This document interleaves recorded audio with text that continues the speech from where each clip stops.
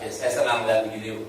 Anda udah sore dan masih fresh. Ya, beberapa teman yang saya lihat bertugas dari pagi, siang, sampai sekarang pun Anda masih fresh. Saya selalu ingin bilang sama saudara, Tuhan tidak pernah akan berhutang sama Anda yang mengambil bagian dalam pelayanan Tuhan. Amin. Baik. Pertama saya ingin mengucapkan satu sama kalian. Kita kan di bulan Februari, bulan penuh cinta orang bilang. Kalau saya masih SMA, zaman SMA, SMP dulu di bulan yang paling kami tunggu, ya kan? Dulu kan masih sangat jadul banget. Saya nggak tahu anak-anak milenial zaman sekarang hadiahnya apa kalau Valentine. Tapi kalau kami dulu waktu zaman kolonial, ya kan? Kalau kalian kan milenial, atau kalau kami zaman kolonial, zaman dulu, saudara, yang paling sering kami dapatkan, yang sering kami itu masih murah banget, coklat. Wow, dapat coklat di Valentine itu sangat-sangat istimewa, sangat-sangat istimewa. Saya dulu sampai merasa begini, saya waktu SMP nggak pernah dapat coklat. Ketika juga saya SMA, saya ingat saya cuma sekali ada yang memberikan coklat sama saya. Itu pun perempuan yang saya sangat hindari dalam hidup saya. Tapi dia memberikan coklat buat saya. Saya agak senang tapi agak creepy juga gitu kan. Tapi saya pikir begini. Setelah saya jadi hamba Tuhan, ya seperti kata Pastor Roni dari tahun 99, kami mulai berkhotbah dan lain sebagainya. Oke, makin tahun, saya jarang dapat coklat di bawah 5. Rekor saya terbaik, saya pernah dapat 27 coklat. Rekor terbaik. Oke, saya sampai berpikir begini, wah banyak juga yang ngasih ya. Kadang-kadang ada surat-surat cinta. Saya pernah bahkan menemukan satu coklat yang dia bilang begini. Dia bilang begini. Sama saya ingat sekali saudara, kertas itu saya simpan sampai akhirnya saya menemukan istri saya. Baru saya bakar. Benar?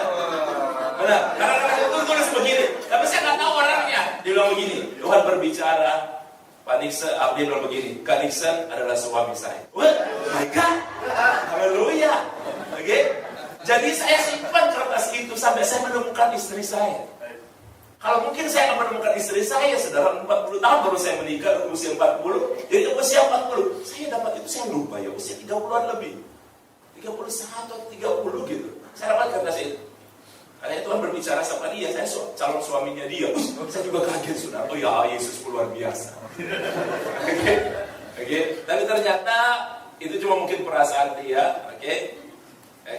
Bukan visi, tapi halusinasi. Lu harus bedakan guys antara visi sama halusinasi. Oke.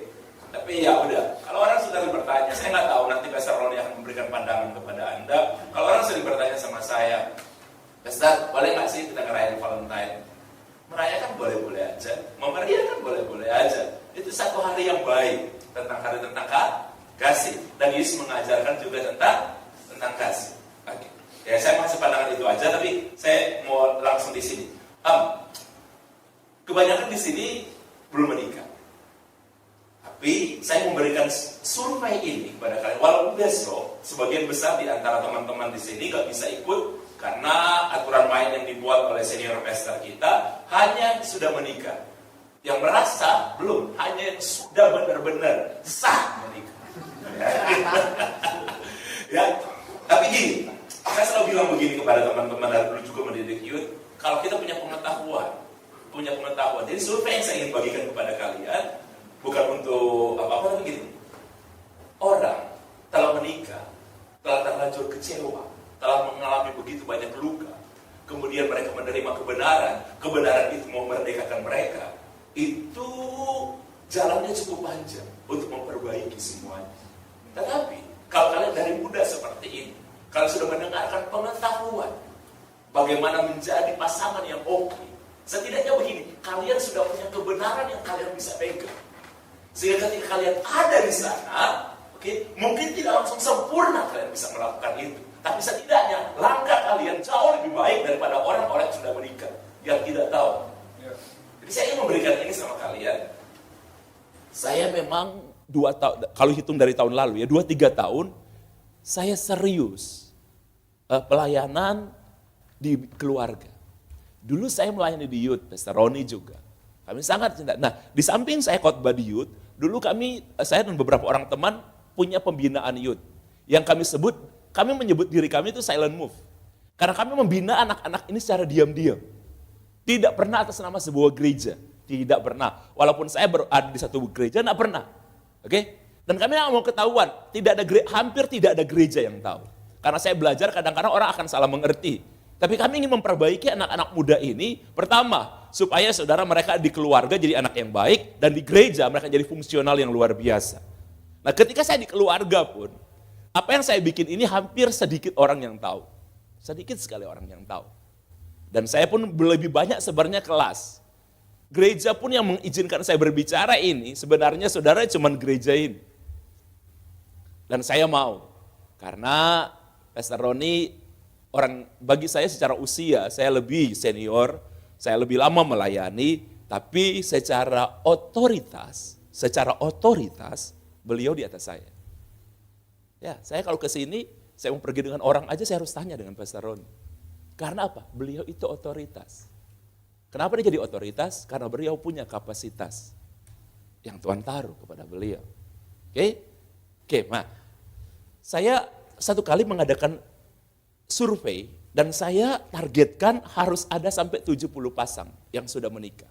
Dan saya ini nggak nanya kepada orang-orang yang sedang ada di kelas dengan saya. Saya suka orang kalau punya pengetahuan, kebenaran ya, pengetahuan yang sifatnya kebenaran. Kebenaran itu akan memerdekakan kita. Kalau kita tahu sesuatu, saudara, kita akan melakukan sesuatu itu dengan benar. Nah, saya suka sekali, saudara, bicara dengan pasangan-pasangan, mereka mulai mengerti.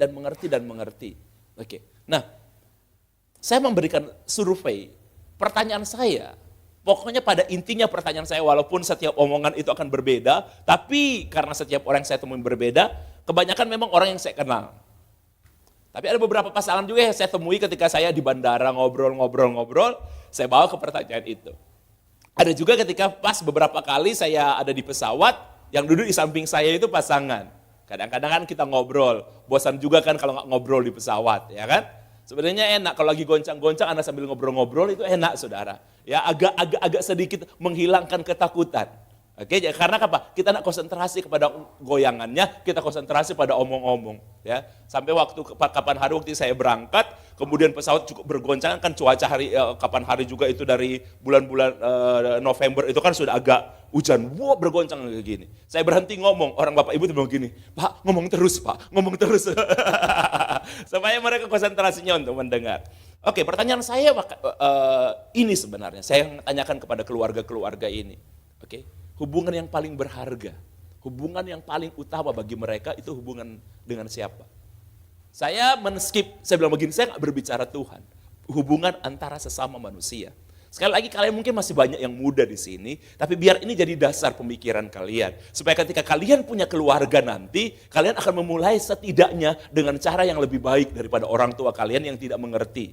Nah, oke, saya tanyakan itu kepada mereka, 5 dari yang saya dapat, sekali lagi, saya targetnya 70 orang. Jadi 70 pasang baru saya berhenti. 70 pas, saya mendapatkan jawaban. 5 orang, 5 pasang mengatakan hubungan antara sahabat, persahabatan. 7 pasang mengatakan hubungan suami dan istri. Sisanya berarti sebagian besar itu mengatakan hubungan orang tua dan anak. Dan ketika mereka menjawab itu, kita kan bisa lihat kalau orang menjawab itu dari wajahnya. Kalau orang menjawab dengan penuh kebanggaan, tidak ragu, seakan-akan itu yang terbaik. Dan kebanyakan orang menjawab hubungan orang tua dan anak. Dan alasan mereka, karena anak itu darah dan daging. Makanya ada begitu banyak pernikahan, kalian sebagai anak juga kadang-kadang harus tahu, orang tua kalian mempertahankan pernikahan kalian, bukan karena cinta lagi, tapi karena anak-anak. Kadang-kadang saya sampai berpikir begini waktu itu, apakah saya kasih pemikiran kepada kelas-kelas saya, apakah Tuhan begitu kejam? Dia menciptakan pernikahan yang hanya awalnya yang romantis, asik, tetapi tahun-tahun berikutnya pernikahan adalah lembah air mata. Tidak sedikit orang yang mengatakan pernikahan adalah neraka pertama. Karena neraka kedua nanti kalau mereka mati. Jadi neraka pertama, neraka di dunia ini pernikahan. Tapi kok tetap nekat nikah? Karena memang ada yang disebut dengan bulan madu. Apakah, saya mau kasih pikiran sama kalian, apakah Tuhan begitu kejam? Dari awal dia menciptakan pernikahan, untuk kita susah. Oke? Karena apa? Ada yang keliru. Orang mempertahankan pernikahan hanya untuk anak. Itu sangat-sangat keliru.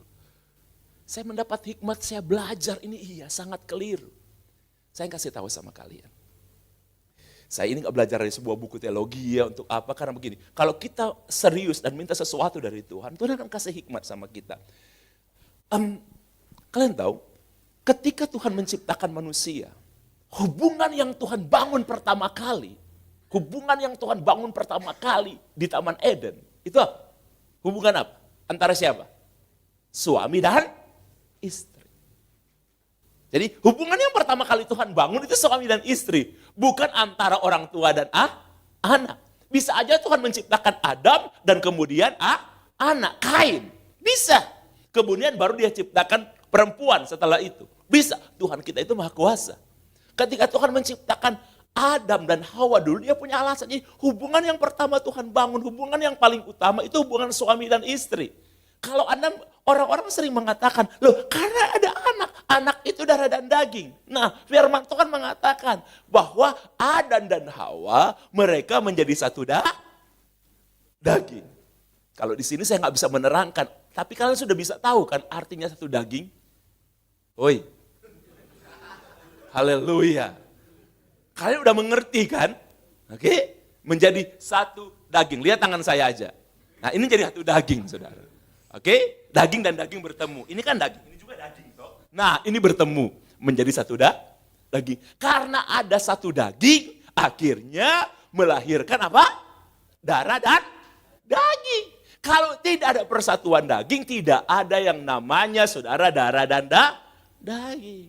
Bahkan untuk bayi tabung sekalipun, itu harus ada dari laki-laki, harus ada penyatuan dari laki-laki, harus ada dari perempuan.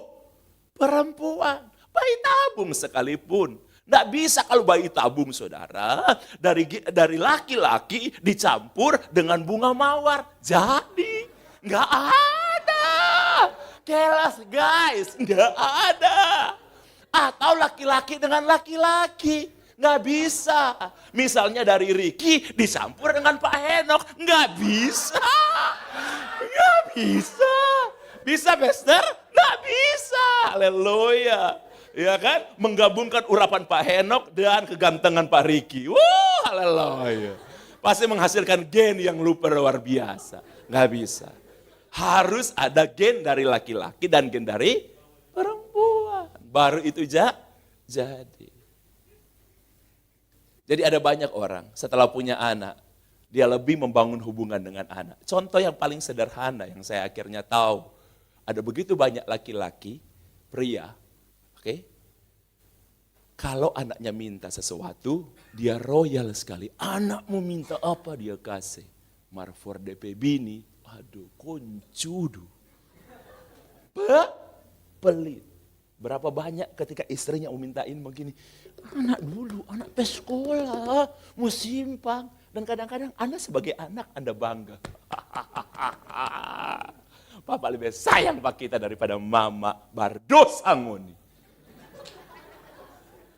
Itu salah salah banget. Oke? Bahkan saya kasih kelas, di kelas-kelas saya bilang lebih dalam sih dari ini. Coba Anda lihat, oke?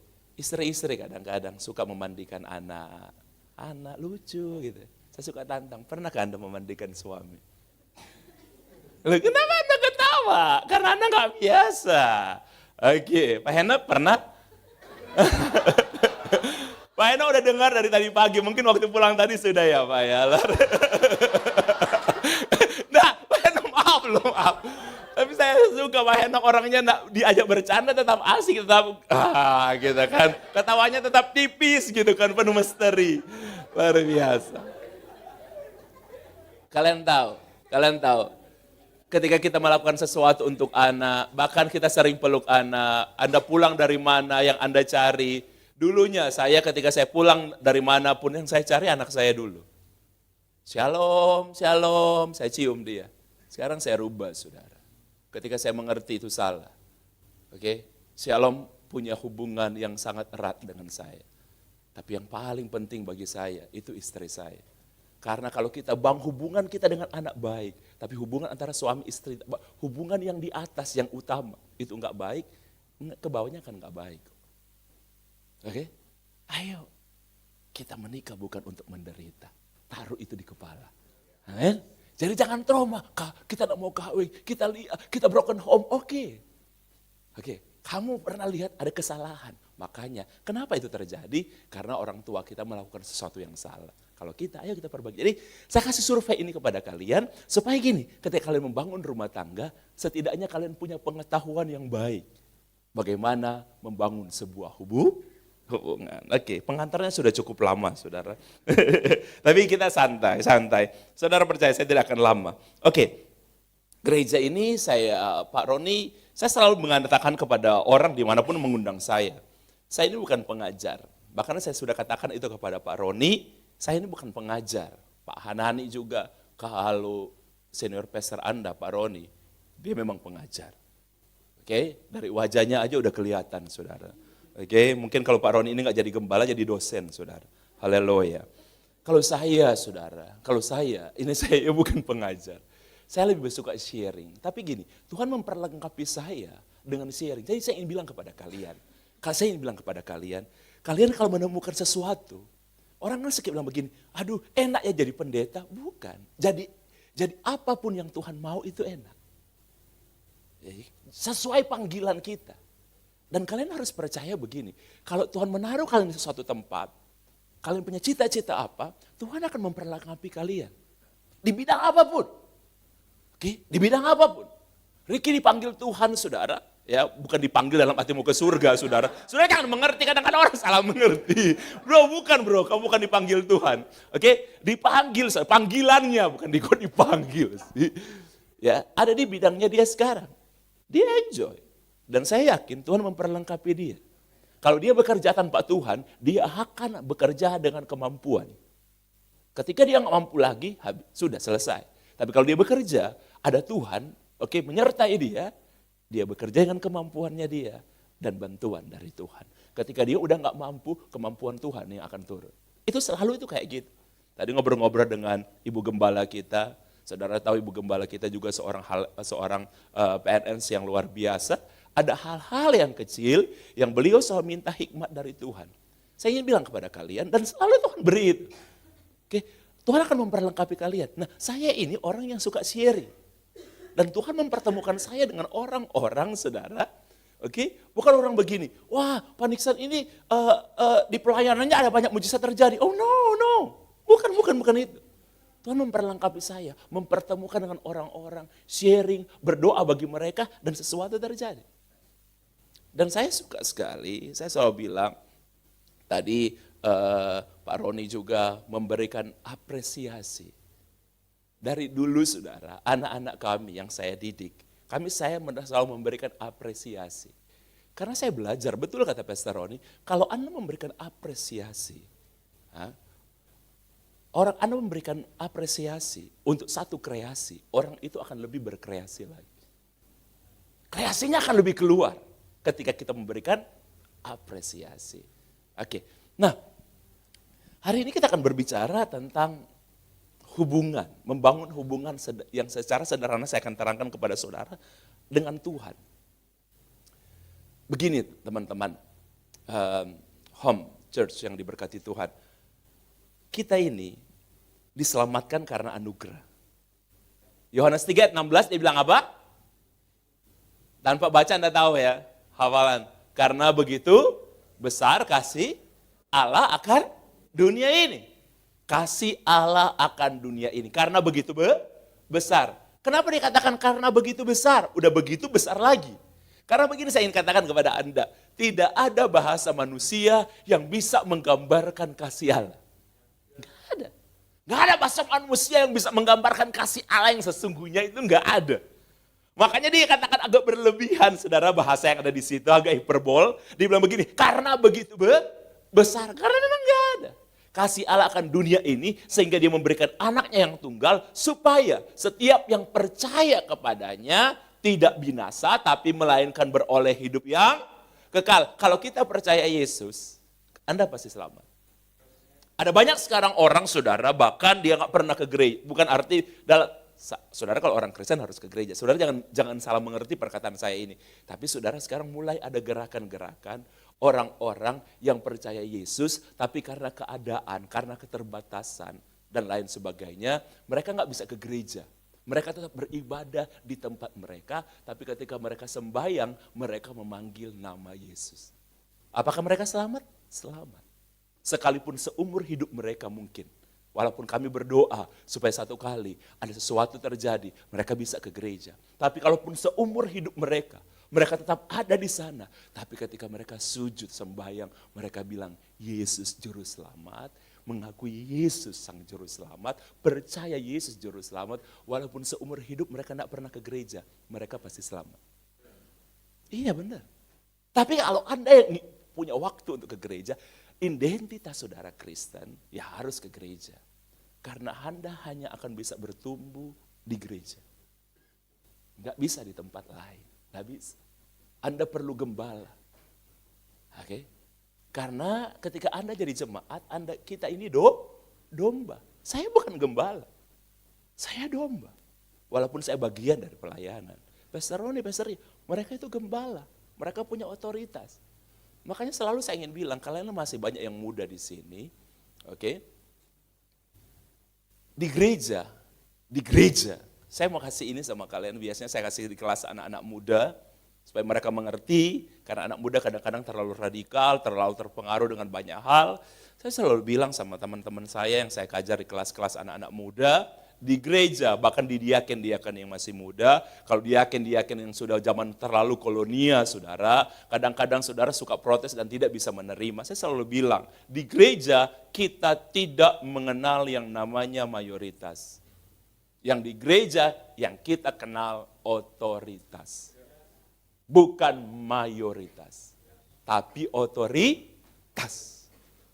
Oke. Anda harus mengerti itu. Saya tadi bisa memberikan pengertian lebih lagi karena waktu terbatas, tapi Anda harus mengerti itu. Otoritas. Follow your leader. Oke. Hai domba, ikuti suara gembala. Kalau Anda ikuti suara gembala akan bertanggung jawab untuk hidup kalian. Pendoa saya sering bilang begini sama saya. Pastor itu lebih banyak menangis untuk orang lain daripada nangis untuk keluarga.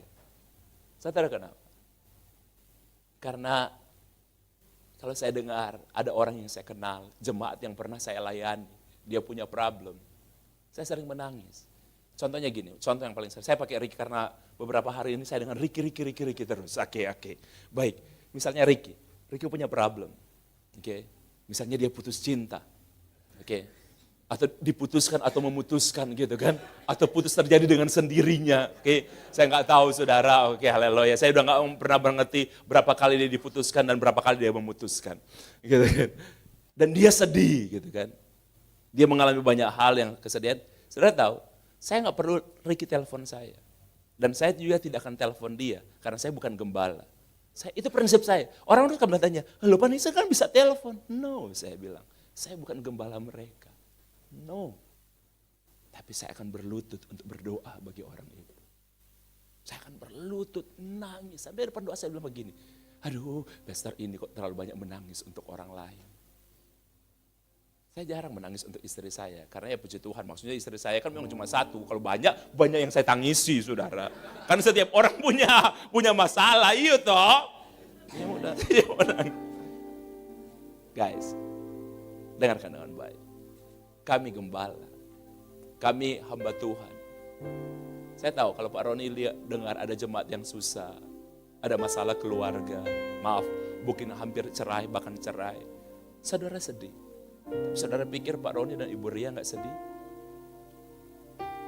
Kalau ada jemaat di sini yang saya kenal dan mereka mengalami sesuatu yang dahsyat sekali. Oke. Kalau saya punya Facebook mereka, saya ingat Facebook mereka, saya ambil fotonya dan saya berdoa tumpang tangan untuk foto itu. Makanya selalu pendoa saya itu heran sama saya. Pastor, kenapa harus sampai sedalam ini? Saya bilang saya cinta pelayanan ini. Oke, saya dipanggil untuk melayani. Pekerjaan saya itu. Kalau Anda dengan segala daya upaya, saudara cinta sebuah pekerjaan, saudara akan menyerahkan seluruh hidup saudara untuk pekerjaan itu. Maksimal lah istilahnya. Saya pun maksimal untuk itu. Jadi asik saudara. Nah, makanya saya ingin bilang begini, dengarkan suara gembala. Pegang baik-baik khususnya kalian masih muda ini, lebih bisa menerima sebuah pengajaran daripada yang lagi jauh yang lebih tua. Tapi saya berdoa biar orang-orang tua pun bisa menerima ini. Di gereja kita tidak mengenal, apa saudara? Masih ingat tadi? Mayoritas. Yang kita kenal apa? Otoritas. Pegang itu. Dan itu tidak akan pernah salah. Tidak akan pernah salah. Di gereja memang harus seperti itu. Baik, kita baca ayat secepatnya aja dan kita selesai. Mazmur pasal ke-25 ayat yang ke-14. Mazmur 25 ayat 14, firman Tuhan bilang apa di sana? Tuhan bergaul karim dengan orang yang apa saudara? Takut akan Dia dan perjanjiannya diberitahukannya kepada mereka. Saya percepat aja, ketika Tuhan akan memusnahkan dunia ini. Ketika manusia sudah sangat dekat dengan dosa. Manusia lebih memilih dosa. Manusia berkubang dengan dosa dan lain sebagainya. Diceritakan waktu di zaman itu. Orang melupakan Tuhan. Tapi ada satu. Yang namanya Nuh. Dia hidup benar di hadapan Tuhan.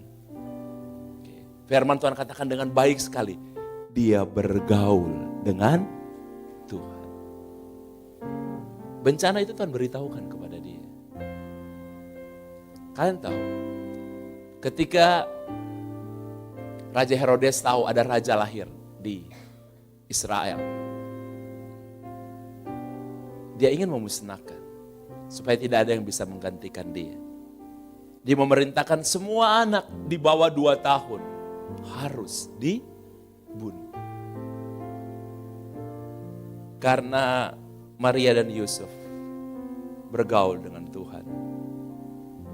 Dan anak itu namanya Yesus. Malaikat datang sama Maria dan Yusuf. Diberitahu, pergi dari kota ini. Oke, itu dikasih tahu. Karena mereka bergaul. Kalian bertanya mungkin sama saya, Kak, bagaimana, Pastor, bagaimana supaya saya punya pergaulan akrab dengan Tuhan? Sederhana kalau saya kasih. Kalau Pastor Roni mungkin akan memberikan kepada Anda langkah-langkah dan lain sebagainya. Oke, tapi kalau saya mau ambil hal yang paling sederhana yang saya belajar ketika saya membangun keluarga-keluarga ini. Karena yang saya ajarkan kepada mereka yang paling dasar itu baca firman dan berdoa. Bahkan mereka sebelum bersama-sama sebagai suami istri, saya ajarkan berdoa. Agak geli-geli saudara awalnya. Tapi lain hasilnya kalau saudara dengan berdoa. Jadi gini saudara, yang paling sederhana baca firman dan doa. Tuhan gak selalu berbicara karena kita bukan nabi. Tapi firman ini manual book yang Tuhan berikan untuk kita. Hampir semua petunjuk itu ada di sini tentang keluarga dan lain sebagainya. Dan yang kedua itu doa. Orang Israel dimanapun mereka pergi, yang mereka bangun pertama itu apa? Mesbah. Itu berarti doa. Yesus sebelum dia pilih murid-murid, dia selalu apa? Berdoa. Bahkan ketika dia mau disalib sebagai manusia, dia gak sanggup. Apa yang Yesus lakukan? Berdoa lebih lama. Yesus setiap pagi berdoa, tapi dia berdoa lebih lama.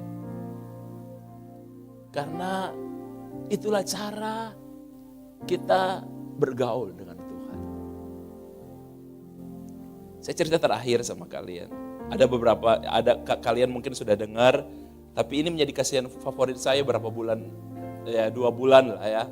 Dari sekarang, ada kalian sudah dengar, tapi saya ingin memperdengarkan ini kembali kepada kalian, orang-orang yang bergaul dengan Tuhan. Beberapa waktu yang lalu ketika saya bawa rombongan ke Israel, saya selalu berdoa, saya lagi semangat-semangatnya bawa orang ke Israel.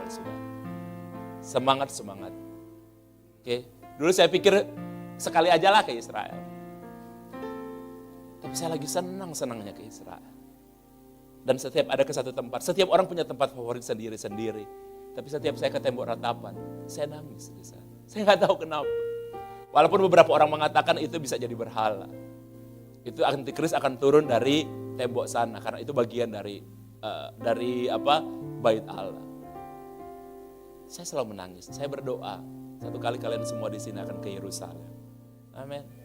Amin. Pastor Roni, Bu Ria akan bawa, Pastor Ria akan bawa kalian untuk sama-sama beribadah di sana. Saudara yang dikasih, saya kemarin itu salah satu pernah membawa orang yang telah 22 tahun menabung untuk ke Israel. Saudara tahu pekerjaan suami istri ini? Suaminya satpam. Mereka punya 3 anak sarjana semua. Istrinya ini businesswoman. Bisnisnya apa? Dagang sayur di pasar. Tapi itu businesswoman. Sesuatu yang menghasilkan keuntungan namanya bisnis. Jualan sayur sekali. Ya, berikan atribut yang baru. Ibu ini sebenarnya businesswoman. Dia sampai kaget, saya hanya dagang sayur. Iya, menghasilkan kok. Itu namanya bisnis. Haleluya. Anda businesswoman kalau menghasilkan uang. 22 tahun mereka nabung. Dan mereka baca firman. Setiap hari suaminya baca 1 perikop pagi, istrinya 1 perikop malam. Karena kadang-kadang satu pasal itu ada berapa perikop, ada 2 perikop. Tapi kalau cuma 1 ya mereka bacain. Mereka bergaul. Dan ibu ini berdoa dari 22 tahun yang lalu. Supaya bisa ke Israel. Mereka nabung, akhirnya mereka berangkat. Saya terkesan mendengar cerita itu. Biasanya kan kalau di bus kita ada kesaksian-kesaksian ya Pastor. Tapi yang paling luar biasa. Dia itu punya, gini, satu kali ketika kami pulang dari Tembok Ratapan, 2 suami istri cepat-cepat turun dari bus. Kita bilang mau bikin apa ini 2 orang ini. So lumayan tua, cepat-cepat dorang turun dari bus. Kita bilang mau bikin apa dorang 2 ini kan. Pokoknya seperti gimana gitu. Beberapa waktu kemudian saya sudah bilang sama semua peserta, saya terbuka 24 jam selama ada di Israel untuk Anda. Mereka ketuk kamar saya. Biasanya kalau yang lain-lain mereka telepon dulu antara kamar. Tapi mereka ini orang yang sangat sederhana. Banyak yang mereka Saya buka pintu, mereka nangis. Air mata jatuh, suami istri ini. Mereka panggil saya bilang, kenapa? Amubah. Hah? Amubah. Di sana kalau pendeta dipanggil Abuna. Dorang panggil Pak kita Amubah. Aduh kasihan. Orang nak sekolah soalnya. Ini buta huruf dulu suaminya yang mengajar dia. Amubah. Kita dalam hati, kenapa kok nak panggil Abu Nawas sekaligus? Amubah. Ibu, Abuna. Bukan Amubah ya. Abuna. Berarti selama ini ibu panggil saya Amubah. Iya. Cuma kan kita gak dengar, tapi yang penting ada AA-nya lah. Dia cerita begini. Akhirnya karena dia sulit panggil, udah panggil Pak Pendeta aja. Dia bilang, Pak Pendeta, dia bilang begini. Seperti saya cerita 22 tahun saya dan suami nabung untuk bisa ke Yerusalem. Dia bilang, 7 tahun yang lalu. Di bagian payudara saya, itu ada benjolan. Makin hari makin besar. Tahun kelima, saya gak pernah beritahukan kepada anak-anak. Saya gak pernah beritahukan kepada orang lain. Hanya saya dan suami yang tahu. Tapi saya bilang begini sama Tuhan. Tuhan, satu saat saya lagi nabung, saya akan ke Yerusalem. Dan kalau saya ke Yerusalem, saya tidak akan operasi, tidak akan ke dokter. Jadi dia nggak tahu. Tadi ketika saya ngomong-ngomong dengan Ricky pikir mungkin itu kanker. Tapi mereka pun nggak tahu kalau itu kanker. Jadi doa. Dia bilang begini, nanti kalau saya ke Yerusalem Tuhan. Ini komunikasi dengan Tuhan. Saking dia akrabnya dengan Tuhan. Ini pasti hilang. Tahun kelima lebih besar dan udah sakit. Suaminya bilang, ayo kita kan ada uang, biar anak operasi, ngomong ke anak-anak supaya dioperasi. Ke dokter, saya bilang, enggak. Saya akan tabung uang, kita tabung lebih banyak lagi sampai cukup. Saya akan berdoa, seperti Pendeta Nixon selalu bilang, dia suka doa di tembok ratapan. Saya mau doa di sana dan saya percaya kalau saya doa di sana, benjolan ini hilang. Imannya itu sampai di situ, saudara. Nah, masih dia akal? Iya, tapi karena dia tahu siapa Tuhannya, saudara. Tahun ke-7 mereka bisa pergi. Jadi tahun ke-7 mereka kemarin itu berangkat, itu udah tahun ke-7 dari payudaranya itu ada benjolan. Jadi ketika dia sampai di tembok ratapan, dia maju. Dia bilang, iya saya nangis. Dia taruh tangannya dia cuma minta satu sama Tuhan. Dia bersyukur bahwa dia bisa ke Yerusalem. Dia bilang, Tuhan 22 tahun saya ada dia baru bisa ke Yerusalem. Terima kasih anak-anakku sarjana semua dari jualan sayur dan lain sebagainya. Dan dia bilang gini, Tuhan 7 tahun saya punya benjolan dan saya gak mau ke dokter. Saya cuma doa, kalau saya mundur dari tembok ini, selesai saya doa, benjolan ini hilang. Dia doa kayak gitu. Dan ketika dia mundur kan memang harus mundur. Kalau di tembok, karena untuk menghormati. Itu budayanya orang Yahudi memang. Tapi kita harus hormati. Ketika dia pegang, benjolannya hilang. Sama sekali. Waktu itu dia ngomong sama suaminya, benjolannya hilang. Suaminya pegang, memang tidak ada. Tapi kan harus dilihat. Jadi dia bilang begini, makanya Pak Pendeta tadi saya itu turun cepet-cepet. Bukannya ngapa-ngapain, jangan salah mengerti loh Pak Pendeta. Bukan mau bikin apa-apa loh saya sama suami untuk periksa. Jadi sampai di kamar langsung dibuka, seret. Dia apa? Dipegang. Dan ibu itu bilang begini, suaminya juga bilang, benjolan itu tidak ada bekasnya sama sekali. Anda lihat. Tapi saya ingin selalu bilang, kesaksian itu dan jangan Anda contoh mentah-mentah. Jangan jadikan kesaksian itu sebagai iman. Jadikan inspirasi. Oke? Dan sehingga saudara akan punya iman. Saudara tahu? Karena dia bergaul dengan Tuhan. Dia tahu siapa Tuhannya. Dia mengerti Tuhan akan memberitakan perjanjiannya kepada saudara. Contohnya di pekerjaan. Ketika saudara tidak punya jalan keluar, Tuhan akan memberikan hikmat. Pasti. Mengurus anak-anak gak mudah. Saya mengurus anak saya Shalom gak mudah. Kadang-kadang di situasi tersentuh apalagi sakit dan lain sebagainya. Kami panik, kami masih pasangan. Walaupun saya sudah berumur tapi masih anak bagi kami itu baru. Doa. Tuhan bisa kasih hikmat di pekerjaan. Kalau Anda bergaul dengan Tuhan, Anda akan tahu suara Tuhan. Dan dia akan beritahukan perjanjian. Oke, janji-janji yang ada. Jadi janji, aku akan menyembuhkannya. Dia akan kasih tahu bagaimana supaya cara engkau sembuh. Itu perjanjian itu di firman Tuhan ini. Kalau Anda sedang menghadapi masalah, dia akan beritahu perjanjiannya. Aku menyertai engkau dan dia akan buktikan bagaimana supaya itu bisa selesai. Karena semua janji Tuhan ini ada di Alkitab sini tuh saudara. Dia akan kasih tahu sama saudara. Bagaimana seperti ibu ini. Tuhan kasih tahu. Tuhan kasih iman sama dia. Berdoa 7 tahun dia menderita. Sampai di sana akan hilang. Saudara saya percaya yang memberikan dia kekuatan seperti itu Tuhan. Jadi kalau Anda bergaul dengan Tuhan. Firman Tuhan bilang dia akan beritahukan perjanjian kepada kita. Ayo gaul dengan Tuhan. Intimisi. Bangun hubungan, sekali lagi dengar dengan baik.